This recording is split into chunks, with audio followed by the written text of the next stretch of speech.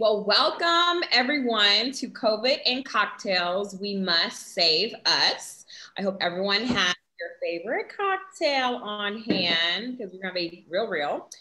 This is an intimate discussion on COVID-19 and the power of the vaccines. And this town hall is powered by the Center for Closing the Health Gap. So thank you. Trop, you want to take it away? Absolutely. My name is Tropikana. I do afternoon drive here on 101.1 The Wiz. If you're tuning in from out of town, you can catch me on air in Cleveland Sundays at Z1079 and Saturdays in Columbus at Power 1075, 1063, as well as here in the city, always kind of being in the streets. Morgan, a serial entrepreneur that called us in the city. You want to tell them who you are and introduce yourself? Yeah, so it's your girl Morgan, a Owens, serial entrepreneur, blogger, influencer, I do the most. So make sure that you follow both of us along this COVID and cocktail conversation on both our social medias, Morgan Angelique Owens, and my girl, I am Tropicana with a K. Did I get that right? Absolutely. Can't forget the K. So I'm really excited. And I kind of mentioned this to her earlier today, but Dr. Edje is one of my favorite medical professionals here in the city. She's so amazing, down to earth. And just look at her, ladies and gentlemen. Like when we think about doctors and medical profession, you don't think that they're jazzy and their flyer can get you together, but she's a perfect example of that. So I'm excited. She's going to be here to answer your questions, to address your hesitations, and to clear up the rumors that we see on a day-to-day basis concerning COVID-19 and that vaccine. So looking forward to having that conversation with her. Also, I want to send a very big thank you to Renee Mahaffey-Harris and the Center for Closing the Health Gap for the platform to reach our peers. Morgan. Yes, and thank you, Lauren Harden. She is the power behind this. So thank you for making it happen behind the scenes. We can't do it without you. And please remember that this is being recorded to air for those who couldn't join us, because we want to make sure that we're bringing you the information that you need. And also, if you have anything that you forgot about the conversation, you can always look back and reference it as well. If you're on Zoom or Facebook, feel free to go ahead and drop your questions, because this is for you all. Anything goes. Absolutely. So now it's time to talk to our very amazing. Tell us what yourself. I can hardly hear you, Tropicana. You can barely hear me? Mm-hmm. I'll work on that end. But Dr. Edje, can you go ahead and introduce yourself? Absolutely. So I'm Louto Edje, and I'm a physician. I graduated from the University of Michigan in 1995. And my daughter just graduated last weekend from Miami of Ohio and started her job in Columbus. This was her first day. I had lost one of my step parents shortly at the beginning of COVID. And so that sort of catapulted me into advocacy.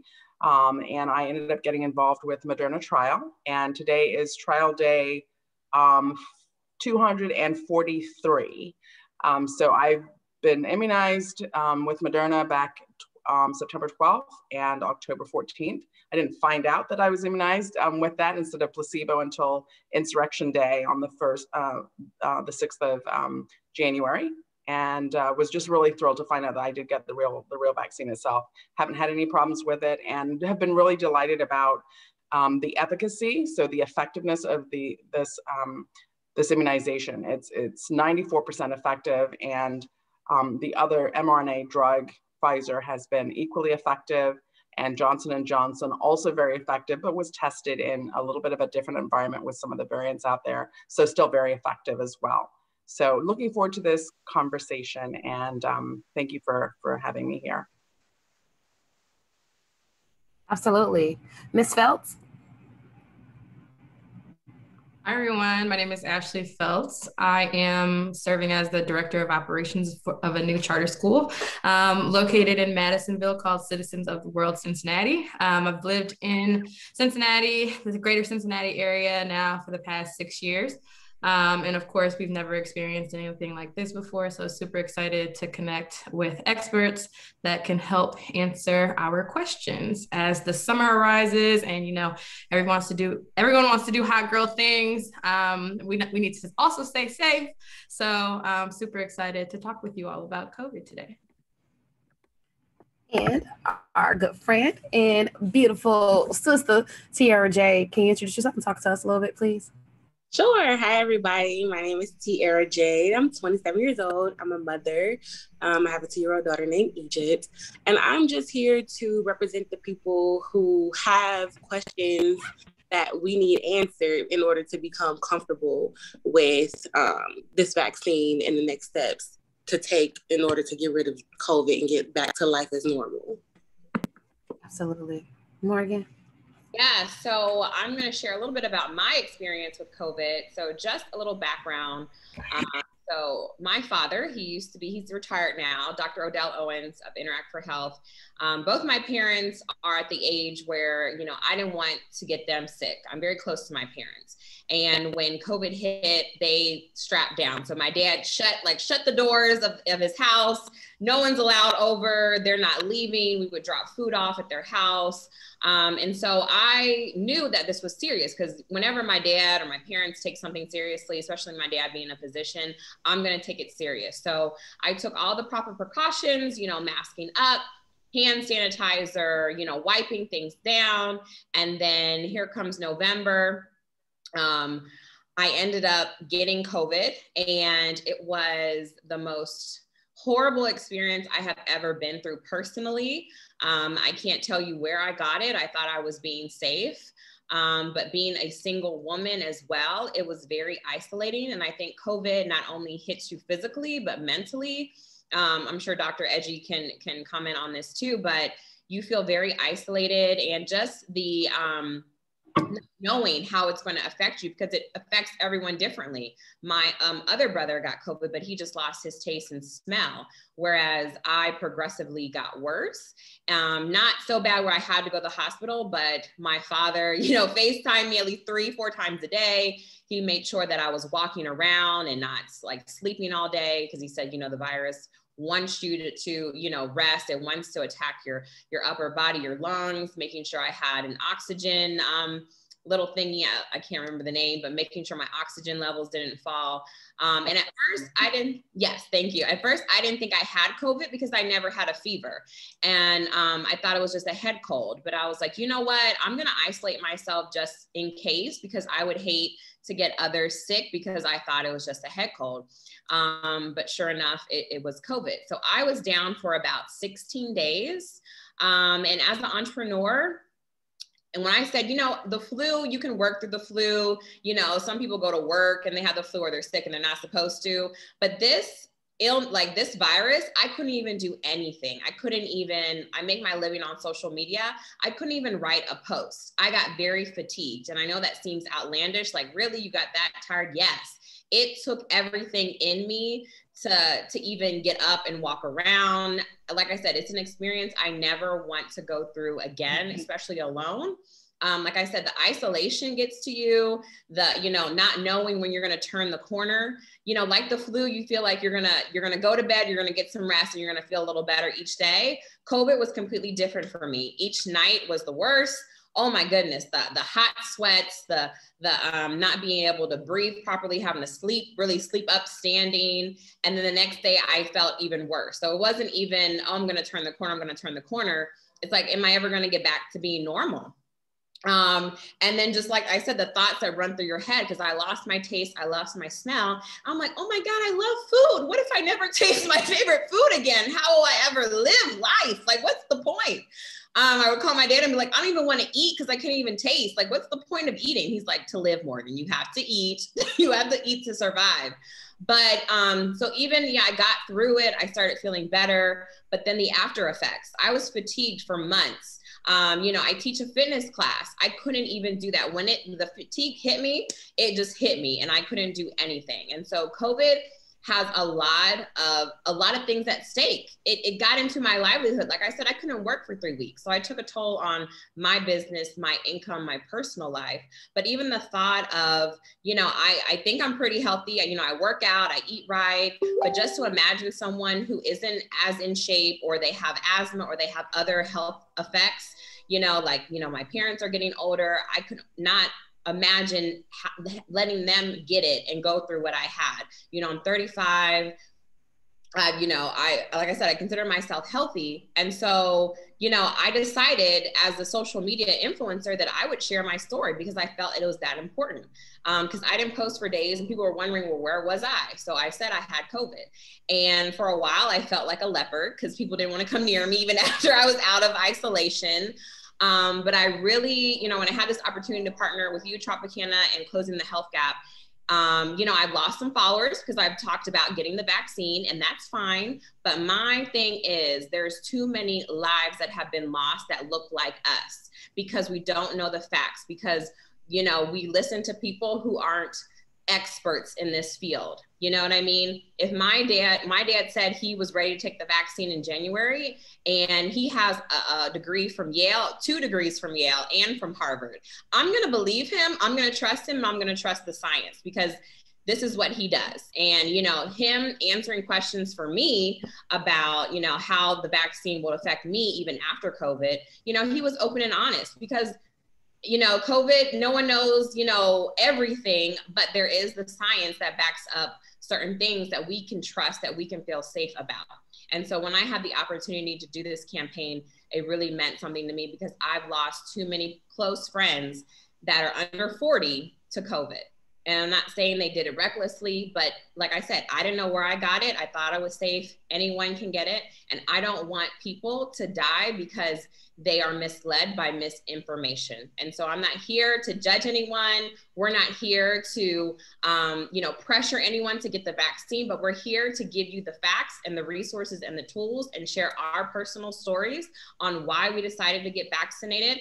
I got fully vaccinated back in February and March, because I was ready. I was like, please sign me up. Because again, I don't want to go through this ever again. It could have been worse, but you know, I made it through. And so that's a little bit about my story. And so I hope it's helped someone. I'm always transparent. I'm always, you know, open and honest about my story in general. And so my thing is just know the facts, listen and learn, and make your own decisions on what's going to be good for you and for your family.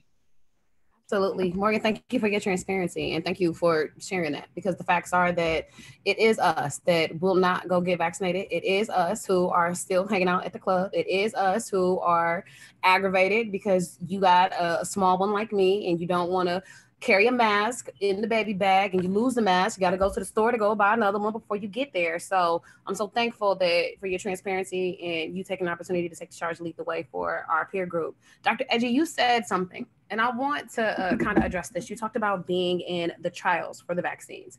I know that this is taking it all the way back to the beginning. We are a year into this, but there is a mass amount of people who don't even understand that there were trials and that these drugs were tested. They think that they are the first guinea pigs or the first people that are getting tested for this. Can you speak a little bit about the rollout of those trials for Moderna and Pfizer and how that worked? And kind of give us a little background on what that is for those who aren't familiar. Absolutely. Thank you for the question. So coronaviruses, the category of viruses that COVID is a part of, have been studied for 20 years.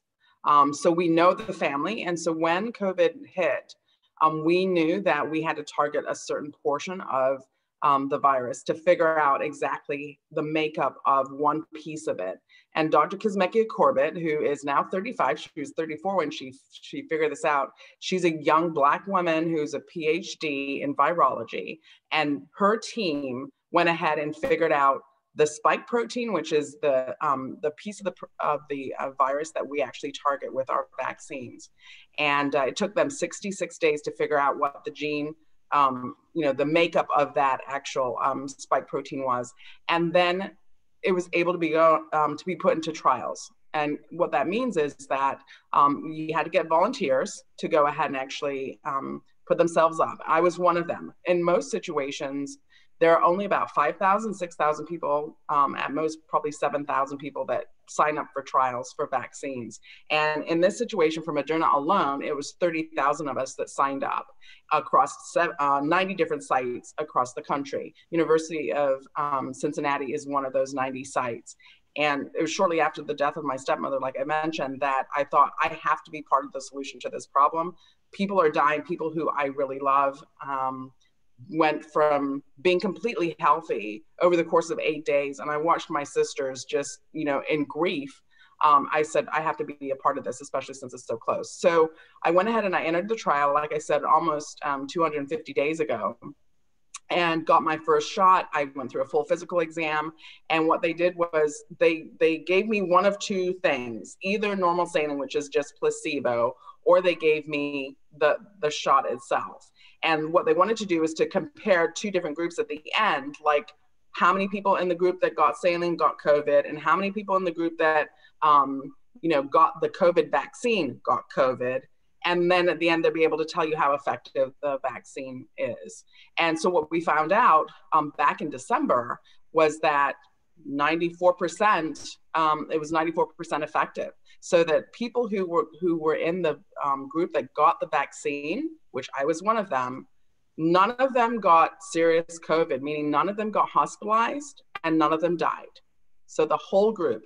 And so that was an extremely important thing for us to understand. It was also safe.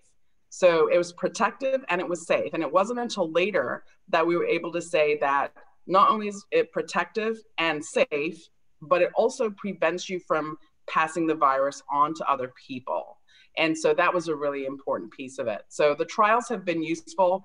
The purpose of a trial is to just pick a certain number of people, enough to give us the right answer before they roll it out to the rest of the public. And one other thing I want to say just about this real quickly is that they wanted to make sure they had enough Black and brown people in the community in the trial so that people couldn't say, y'all didn't test it on us, right? So they were exactly the same. It was a 1-for-1 sort of thing. The percentage of people in the trial that are Black and brown reflect the percentage of people in the community that are Black and brown as well. Now, that's such a powerful statement. The fact that as a doctor, you went in and joined the trial. Now, many of us are saying, I don't want to get the vaccine because I don't want to be the first. They're not about to give that to me and my arms fall off, or I grow tentacles out of my butt, or whatever that they're saying. And they're saying all of those things. So this is a perfect example of showing where you took the charge and volunteered. Yes, I volunteered. Sacrifice.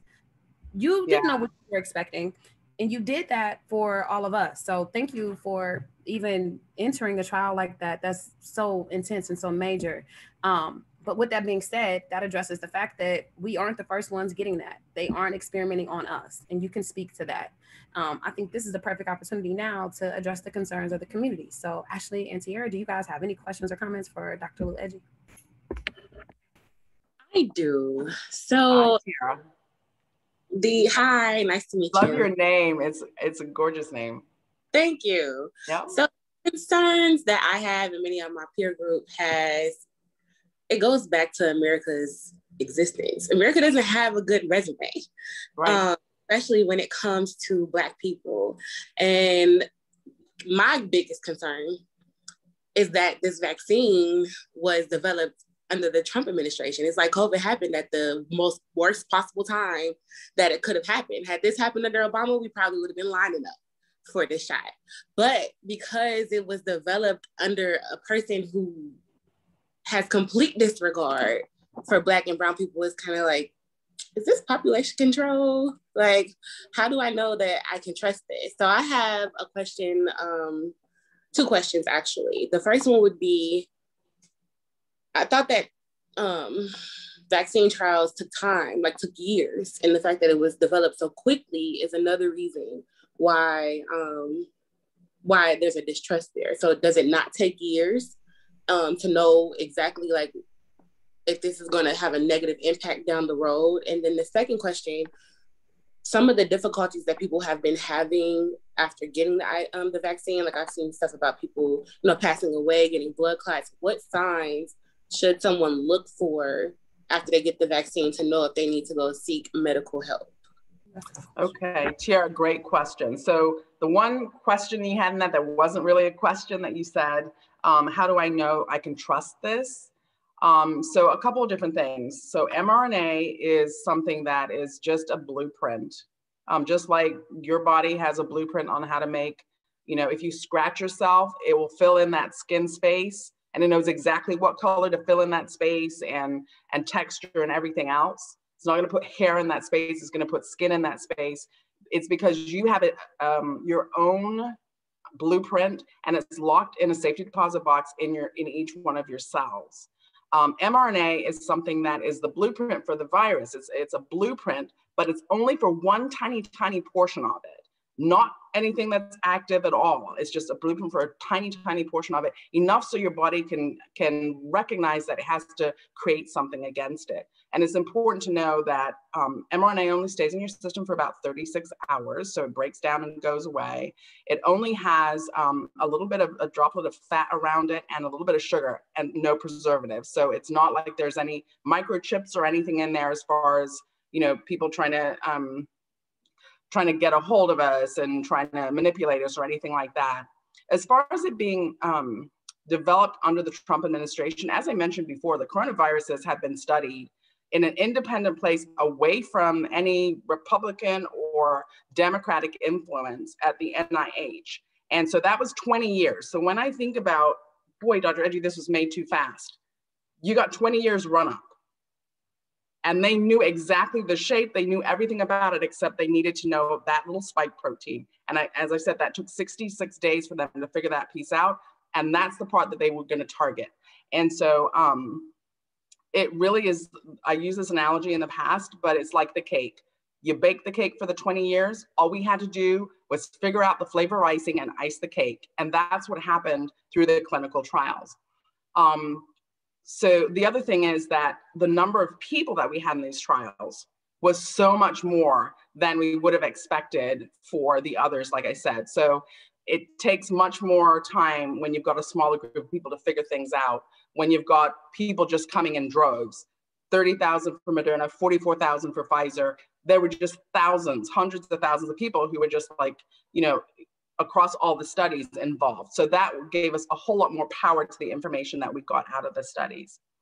As far as the second question that you had, and that was the blood clot question. So cavernous venous thrombosis, which will be the name for the clot that happens in the brain that stopped the J&J trial. It happened in a subset of patients, and it was mainly women between age 18 and 48. A couple of things. The percentage chance of having a clot from somebody who's actually gotten the shot. So let's say you've gotten the J&J, your risk of having a clot is 0.00019%. It's minuscule. And then if you look at the risk of getting a clot with COVID itself, like the disease, is 16.5% chance. So you are much more likely to get a clot from not getting the vaccine than from getting the vaccine. Thank you, Dr. Edje. Tierra, you muted. I'm sorry. Yeah, so I was going to say, like, well, I guess the second part to that question was, like, what signs, because if you catch a blood clot earlier. Oh, a headache. A headache is one of the major things. They also do ask you to go ahead and think about, you know, abdominal pain as one of the other things as well. But a headache is one of the clearest indications that you just need to, this is not your standard headache, check in with somebody. That's an important thing to do. And again, that's going to also be within the first several hours, you know, to a day and a half after you've gotten the vaccine for J&J only. Okay. Do you have any questions or thoughts from parents concerned about COVID? And I know that they have, Dr. Edje, they're about to allow 12 and up, right? To get They vaccinated? already have. 12 to 15 is the next group of people that they've tested. And people have been getting their shots anyway. So that is actually safe and effective for that age group. And about 4 weeks ago, they started studies, not making it available for, but studies on 6-month-old babies. Now, the thing about it is that we give shots as a family physician, we give shots to newborns regularly, okay? So giving shots to newborns is not a new thing at all. And like I said, what they do, they're called de-escalation studies. They start with adults, then they break that dose down a little bit and see how it works in a lower, in a lower age group. And then they break that down and see how it works and so on and so forth. So right now it's effective and safe for 12 and above. There are being studies on ages lower than that. Ashley, do you have any questions or thoughts? Yeah, so I actually have had asthma since I was 4 years old. I'm currently 29. Sneeze during the months of whenever flowers and pollen starts blooming just because of the air. And so I'm also here alone in Cincinnati with my family living in Maryland. And so I was actually one of the first, because also being in education, we were offered the shot. And so I took advantage of that just based off of my personal history. And of course, wanting to, I want to visit my grandmother. I haven't seen her, my grandfather, my grandmother in Chicago in over a year now. And also still carrying like that fear of, even though we have the shot, you can still catch COVID. And so like, I think where I am and a lot of my peers and my friends that have also opted into in getting the vaccine is just, is it really safe enough for us to, visit our loved ones that are elderly? And is it okay to travel? This summer, we've all been cooped up in the house and we really still want to keep each other safe. But I feel like there's a whole bunch of like backed up, energy from sitting in the house for a year where we all just want to connect. So is it safe to go to homecoming? Specifically Hampton homecoming. Is it safe to do hood rat stuff with our homegirls? Yes. Can we please get outside, please? Can I do hood rat things with my friends? That's, those are the types of things I want to know. So to answer the question, so I have a grandma, she is 97 years old and I'm vaccinated, and guess what? She's vaccinated too. So I will be going to visit her. Trust me, she's 97. She doesn't need to lose a single day. And I'm not going to put her in danger. And my mother has been so protective of her. I mean, she double gloves and she mask and visor and wipes and everything until she got her shots. So my mom is extremely protective. Nobody has been by to visit. She shares her puzzle and all that good stuff with us, when she's completed that. But the point of the matter is that this vaccine is safe enough for me to go visit my grandma and not feel like I'm going to shed anything. I know she's protected and I know I'm protected. I know everyone in my family has now been vaccinated, that we can go ahead. The CDC has actually been doing a very good job. They're completely independent of the administration. They've been doing a very good job of sticking to the science. And I think that has been something that has been extremely important. What they did is they reached out. So the Biden-Harris administration reached out to me back in December before Dr. Walensky, who is the head of HHS, was announced. And they said, we know that we want to go ahead and help rolling out the vaccines. And we know we'll have to have trusted folks on the ground that are helping to move things forward for all of us. And would you be available to go ahead and be involved in a national vaccine forum, which they held after Dr. Walensky had been sworn in. And the thing about it is the purpose of that was trying to make sure that they have science in front of them when they make the decisions about masking or not masking, or socially distancing or not socially distancing. And I appreciate that. There were 13,000 people who attended that vaccine forum. It was to every state. They're trying to figure out how to move forward with trusted voices based on science. And they're not going to move ahead with anything. And I think, without that backup, J&J and the cause was one example of that.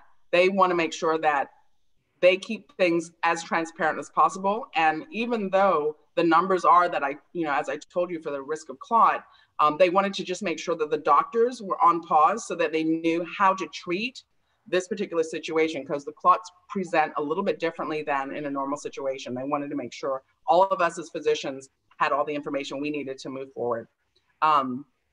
So it's safe to visit with your elders. The one thing is that COVID can give you antibodies, but it does, if you get the full disease, you can get some protection, but it's not a guarantee how good your protection is. So if you've gotten COVID and you think, okay, I'm covered, that's not the case. You can definitely get COVID a second time. In situations where people have actually gotten COVID after they've been getting the shots, again, it's not 100% effective, it's 94%. So there's still going to be like 6% that do get COVID anyway. And those people tend to be people who already have a compromised immune system, individuals who have had a transplant and are on drugs to suppress their immune system so they don't reject the organ, things like that. This past week, there were 188 people across Southeast Ohio that were admitted to the hospitals here in our region who had COVID, and 0 of them had had their vaccine. So all the people who are getting admitted are ones who've not been vaccinated. And I guess like, also, because I respect the people that are like, I'm not going to be a part of like the first, you know, hundreds of thousands or millions of people that get the vaccine. And I respect them for it. I mean, I have people in my family that, you know, are I don't want to have anything to do with any foreign substances in my body. Like, how safe is it to also interact with them or interact with those that, you know, have opted out of receiving a vaccine at this point in time? So for you, it's safe. You took the vaccine. For them, they're still at risk, not getting it from you, because we know it's not transmissible at this point, but they're at risk from getting COVID itself. So, I mean, you know, again, we try to make sure that, you know, Walensky has said last week that if you're fully immunized, and that would be 14 days after your shot, your second shot, if it was Moderna or Pfizer, or your single shot if it was J&J, that means you're fully immunized and you can meet indoors or outdoors without socially distancing, without masking. Now, that is a federal recommendation. So your state recommendations can be stricter than that. But last Thursday, a week ago, our governor went ahead and made a correlation between what is at that level and what is at our level. So the state and the Ohio state guidelines match those at the federal level. However, there are a couple of caveats. Number one, local businesses can figure out, they decide, I want to stick to my rules. If you come in my restaurant, you have to wear a mask, they still can do that. So they can state that specifically. And then again, if you've got somebody who is not fully vaccinated, and again, 2 weeks after the last shot, then this does not apply to them at all. Now, Dr. Edje, Morgan, I know that we're supposed to be professionals, but can I be real? I have some real. Be real. Because I have a couple of problems with the mask mandates. Thank you. I understand that a lot of people have been vaccinated, but I also know that my peer group there's a percentage of them who have fake vaccine cards. And then there's an entire part of our society who does not even believe that COVID is real. There's an entire community of people who still think that it's a fake government control type of situation. And we know that some people just frankly don't care. They never cared from the beginning to the end. So how safe is it for us to assimilate back into it, vaccinated or not? My son is not 12. So going back into the world or going back into Target and Walmart with these mask mandates, how safe is it for those who aren't vaccinated and who have chosen not to? It's not safe. If you've not been vaccinated, it's not safe. The issue is that, and this is why, you know, again, being fully vaccinated is the most important thing. You know, 12 and above, how old is your son, Tropikana, you said? 5. So we got away. Yeah, so we're looking at potentially fall. He may be able to be vaccinated in fall, depending upon how the progression of the trial goes, specifically Pfizer. But like I said, if you're fully vaccinated, you're protected in that situation. So if you're out in a crowd, you're not the one who's going to get sick from this. It's the people who are trying to skirt around, you know, and do the fake cards, things like that, that are not protected by the fake card. They need to be protected by the vaccine. And so, yes, there's still risk. And of course, the children who are under 12, there's still risk as well for them. So, you know, trying to protect them, nothing changes for them at all as far as, you know, what you've been doing regarding protecting them, socially distancing, and so forth. Now, have you been vaccinated? I'm sorry, Morgan, I just want her to address one more thing. Tierra, have you been fully vaccinated yet? Have you got your vaccine yet? No, I haven't been vaccinated at all. So, Morgan, you have. I have as well. And I remember getting my first shot. And I know, Dr. Edje, I sat on these town halls with y'all. I was a little bit upset with y'all after I got my first vaccine shot. I'm just going to tell you the truth. I was a little bit upset. What happened? Everything that we said was going to happen happened. That, you know, you'll have these different experiences. But I think that I did not expect when we said that it would be a sore arm. Like, okay, I thought I was going to have a little sore. No, it hurt. It hurt a little bit more than a sore arm. It actually felt like maybe they left something in there. That's how I felt. I felt like I had a shot and then they didn't take it out, but I didn't feel that till later on that evening when that soreness came. It's a little bit more intense than just, you got a little shot and get a Band-Aid. I've had lots of shots. That one was a little bit different. It wasn't anything that would stop me from wanting to go get vaccinated because I don't want to die. But it was a little intense for a shot. So I'm thinking about my 5-year-old and him having to experience that same thing. And then the next day I was fatigued and I didn't really feel that well for maybe about 2 or 3 days. And then the same thing happened with the second one. So introducing that to a 5-year-old or a kindergartner, I have concerns about how he would be able to handle that same situation. Yeah, I mean, that's a very good point. And, you know, to the point about how you handle the shot, everyone's a little bit different, but what we do know is that typically the second shot is a little bit worse than the first. And the reason for that is that your body, it's what we call more reactogenic. So your body mounts a bigger immune response after the second shot. And so you're feeling your body's reaction. It's not the shot itself or any ingredients in the shot. It's your body's response to the shot that is much more strong. And the good news is, in a sort of strange way, is that the more robust your response is, the better your immunity is. Okay, so you've got to think about it that way. So Tropikana, congratulations on having a great immune system. Okay, I agree with you. You bring up such a good point about kids being able to handle it, but I got to tell you, kids are resilient, and kids get shots. How many shots has your boy already got? You name it. He was 18, right? Was one. He knows how to do this. He knows how to do this. It's tough. I think one of the things, of course, is keeping handy, you know, Tylenol, Motrin, that kind of thing around, so you can mitigate and decrease their reaction after the shot. So that's the main thing I mean, make sure you've got realistic expectations that they've got set going in, but that, you know, you probably schedule a little time to give them some extra loving in the next couple of days, so that in case you need it, it's there. Okay. Morgan, I'm sorry, I didn't mean to interrupt you. What were you about to say, sis? No, I was just going to say, back to the point of, you know, people going out that are vaccinated versus not vaccinated. So, you know, I'm back to traveling because I work in other cities. Like, you know, that's my job to do. And a lot of the airlines have started, you know, lifting that middle seat policy where we're back 3 in a row. And so I treat it like, we're going to be real here. I treat it like any other health issue with people I don't know, because people be lying. You know, same thing as people not discussing they have an STD. Same thing with people discussing they don't have HIV. I don't trust nobody. And so I'm going to say mask up. And I'm being honest, like, you don't know these people, right? Some people don't. People have boyfriends, girlfriends. Be lying. So I don't know you. So even though I'm vaccinated, I'm going to stay strapped up. I'm going to wear my mask. I have my spray. I have my wipes, because I don't trust people. And like we all know, there's people, you know, faking the cards. I'm like, but really, do you think that's going to do anything? You're really making it worse for you, you know, because I'm straight. Like, you know, I'm worse for parents who are trying, if you are in the same store with me and you don't take it serious, right, it's just that accountability of, you could kill my kid or my grandmother if she's not vaccinated, and really understanding the severity of that. And there may be, you know, down the road legal implications, just like people that are reckless with their other health issues that are, you know, killing people. You know, if you're fully aware that you're not vaccinated and you're spreading COVID, that's, you know, that's reckless. You know, that's taking someone's life. And so, you know, I think it's very important for me, like I said, when I'm traveling, that I'm still staying safe. I went to Atlanta and one restaurant said, oh, you don't have to wear your mask. I'm like, yes, the hell I do. I don't know you up in here. So, you know, I'm like, it's a personal choice.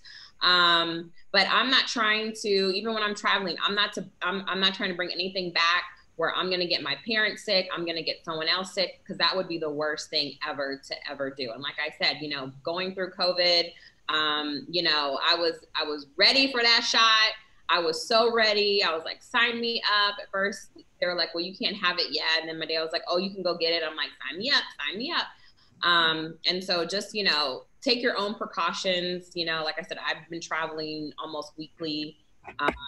And things are getting more lax, but like I said, I'm still carrying my sanitizer. I'm still wiping down my seat. I'm still social distancing from people. In fact, I like it. I'm like, I like not near people. Like, on the plane. I'm like, where are you going? Like, why are you jumping up when the plane lands? Where are you going, people? You know, like. To Morgan's point, though, I will say this, that studies out of Israel have been very strong on you can't transmit it to somebody when you've got it. So the likelihood of you transmitting it, taking it home to somebody, is very, very low indeed. So that's not likely to happen. But one thing that we do have is B117, which is the variant. So I'm going to sort of roll out this analogy here. If you think about the virus being a lock and the vaccine being a key, right now our vaccines fit in the lock, okay? And the lock changed a little bit from the original to become the B117 as the predominant virus out here, but the key still fits in that lock and protects. But as soon as that key is not going to fit in the lock, because the lock keeps on changing and we get more variants, then we should be concerned that we have a problem. And so in India right now, the B1617 variant is a lot more contagious. And as people start doing a lot of traveling, it's going to be something that we have to be concerned about, because they've got 1.3 billion people in that space, 98% who have not been vaccinated yet. And so what we'll probably end up having is a booster sometime in the fall as a potential, because, I went in for my 5th visit for the Moderna trial. They're taking blood to see how my antibodies are doing. And that's when we talked about the potential for a booster down the line, just again, so that we can reshape our lock so that, reshape that so that things can actually fit, and that we can make sure that our key still fits in the lock, the new locks that are variants.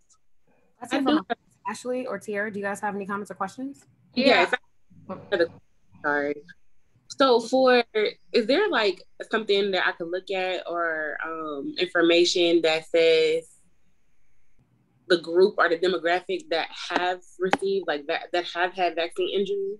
Like, so I can know, because basically my concern is I don't want to get it and die. So you want to get what? I don't want to. We're all concerned with that thing. We don't want to die and we don't want to catch COVID. That's why we're here. So it's like, is there like a group of people with the same blood type that got the blood clots? Is there a demographic? From people who have similarities to you. Is that what you're asking? Yes. So as far as the blood clots, I'm just trying to make sure I understand your question. So the groups of folks who got blood clots were women between age 18 and 48. But again, the risk of getting a clot from not getting the shot is higher. So, again, if you get COVID, you're going to definitely have a much more likelihood of having a clot than you would if you got the vaccine itself. So that's the first thing.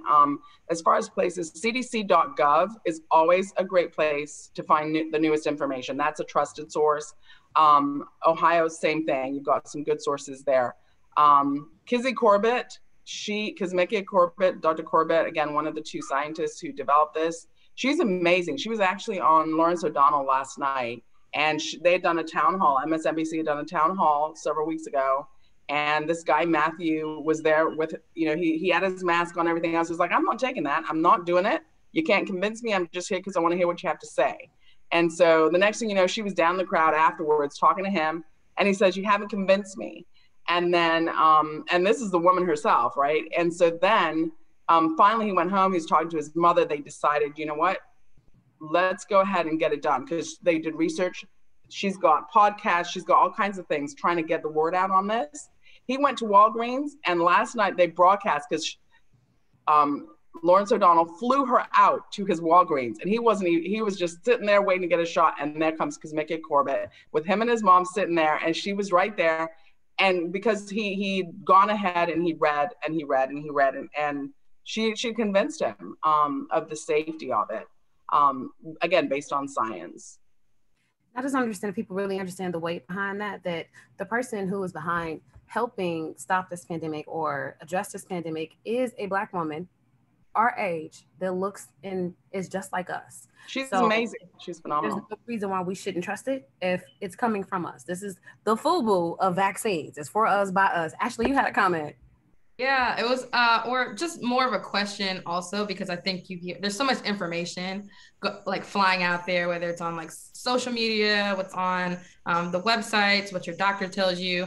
And I guess I I guess since I am fully vaccinated and have been for a while, now you start to hear, yeah, like there's a possibility that you may have to go back and get another booster shot. Or, you know, is this going to be something where it's like the flu every year that we're going to have to go back to our doctors and have to, you know, receive another vaccine or a booster shot of the vaccine? And I think, you know, that also may, you know, hinder, you know, the newer people or the people that are a little bit more hesitant to get the vaccine. Like, oh, look, haha, you guys got the vaccine, but now you guys have to continue to get vaccinated every year in order for it to become or to remain effective. And so I guess I want to know what are your thoughts? I know you had already mentioned that, you know, there's a possibility down the line that we may get a booster, but is this going to ultimately end up being something like a flu shot where you have to get a shot every year?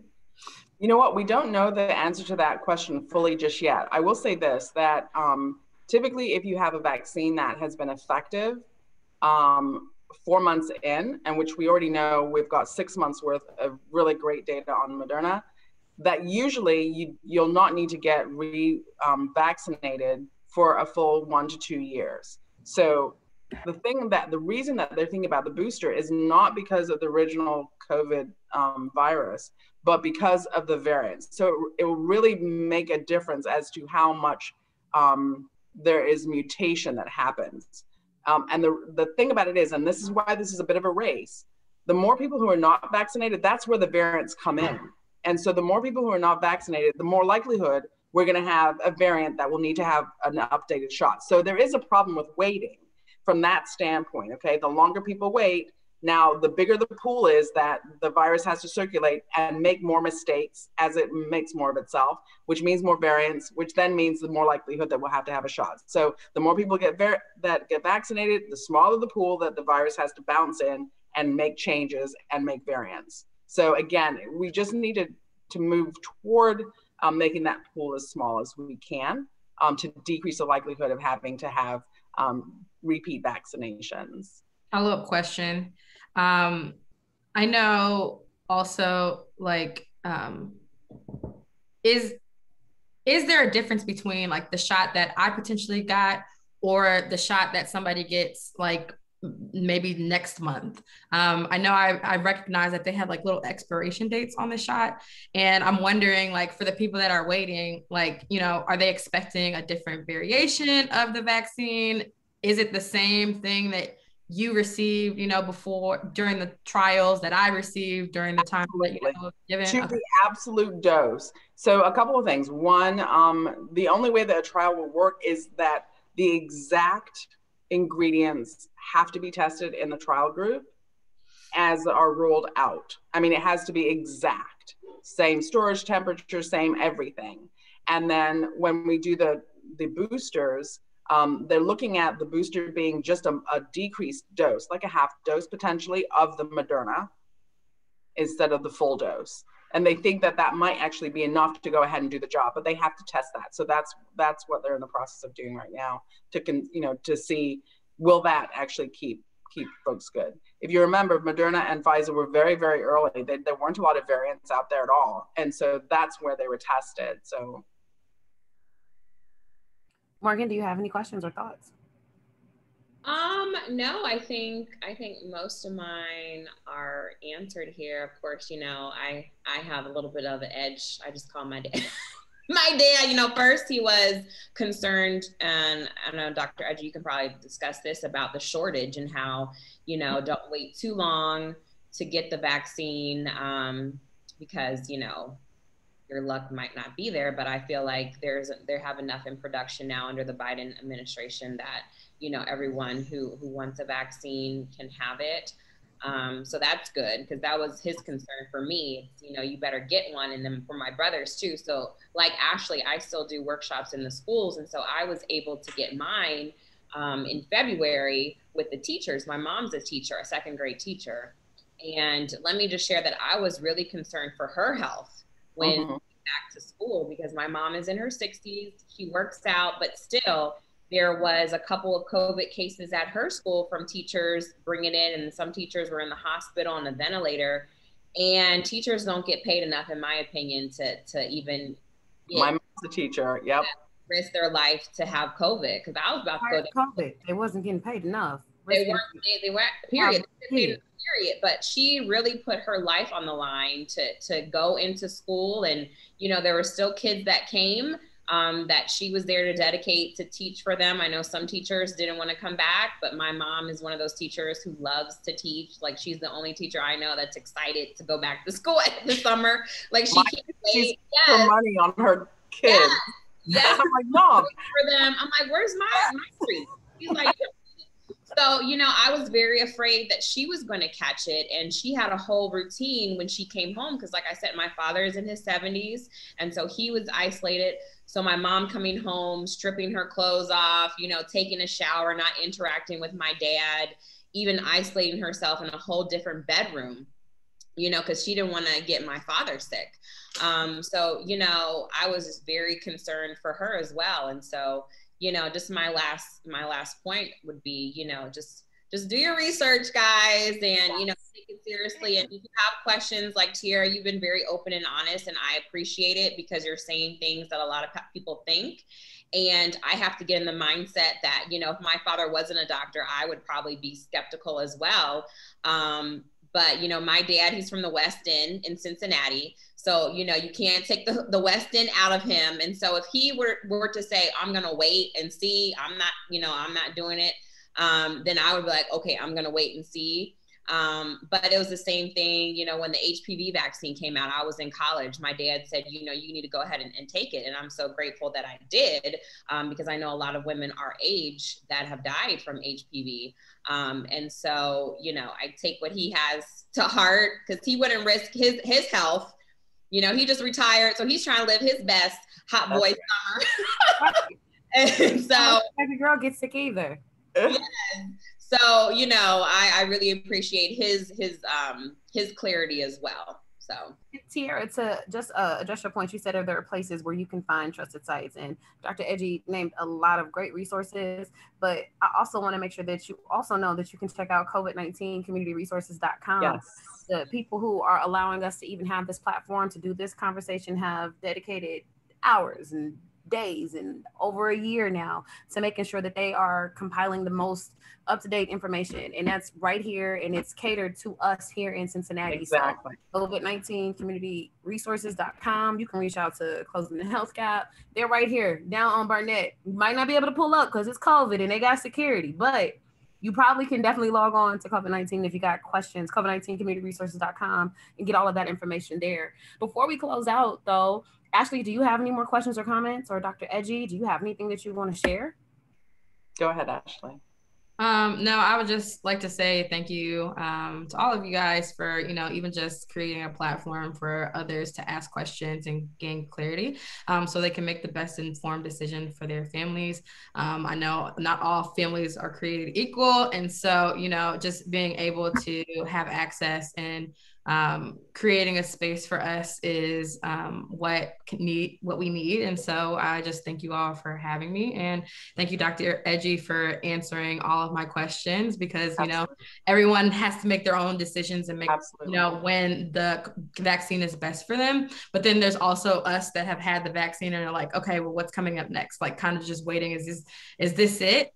We have been in the house for a year and are still wearing masks, and now people are like, outside is open again. People are starting to feel more comfortable and taking off their masks. I'm kind of like, yeah, I'm probably going to wear this mask for the rest of my life because, you know, I haven't been sick in nearly a year. And maybe that's because of the overuse of hand sanitizer and the double up masks when I'm on an airplane. But just knowing that, you know, other countries have, you know, worn masks before we even, you know, had COVID. So, you know, maybe there's something there. I think there's a lot of things that I'll keep in my practice just when I go out and engage with other people. And so just having access to medical professionals such as yourself that share your experience is just wonderful to have you. So thank you all. Oh, thank you so much. And I echo what Ashley said about the forum. Tropikana, I really appreciate this opportunity. I also do want to point out that, you know, we are blessed to have the choice of deciding whether we get the vaccine or not. There are countries that have not even started vaccinating people, and they're dying.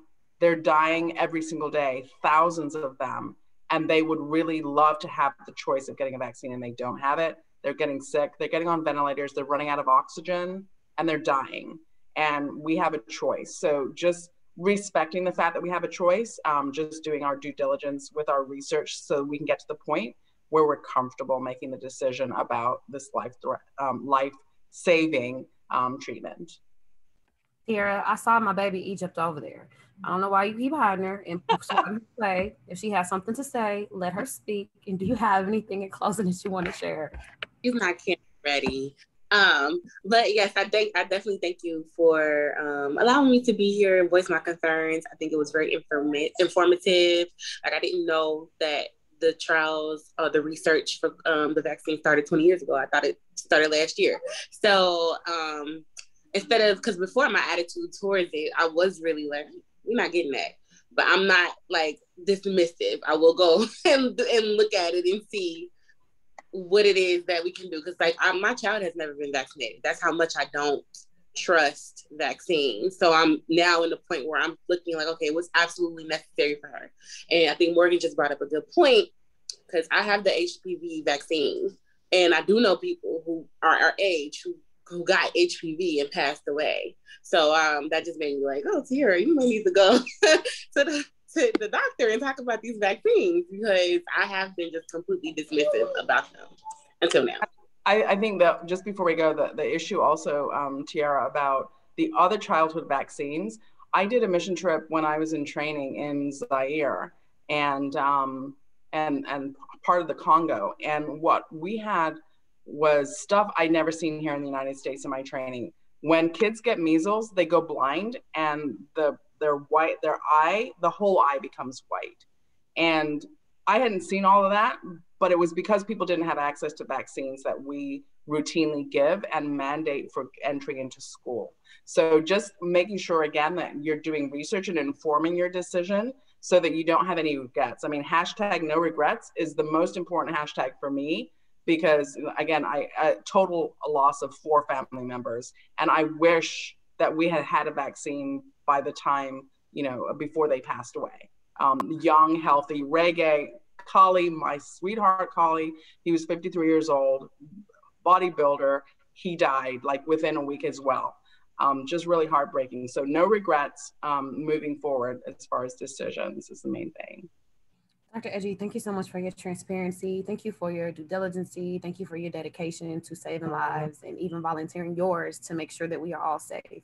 We don't take that for granted or take it lightly, and we genuinely appreciate you. Now, of course, it's time for a soft plug.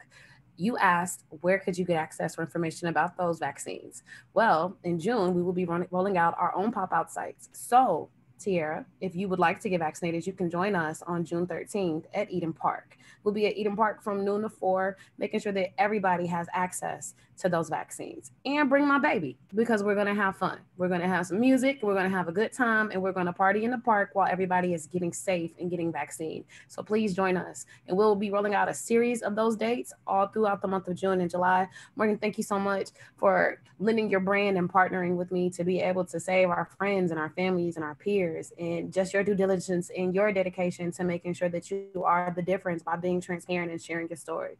It's not taken for granted or lightly, and it is a very big deal. So I'm very thankful for you, and Ashley, and all the work you're doing for our community and our kids. I gotta go research that school, because I'm going to send my son. He might not be ready, but I'm gonna drop him off on the porch for you. Please, we are recruiting kindergarten, first grade. Come on, bring them to me. I'll come talk to you. In closing, we definitely want to drive you, if you have any questions, to COVID-19communityresources.com. They are always updating information. And please continue to follow us on social media. Morgan.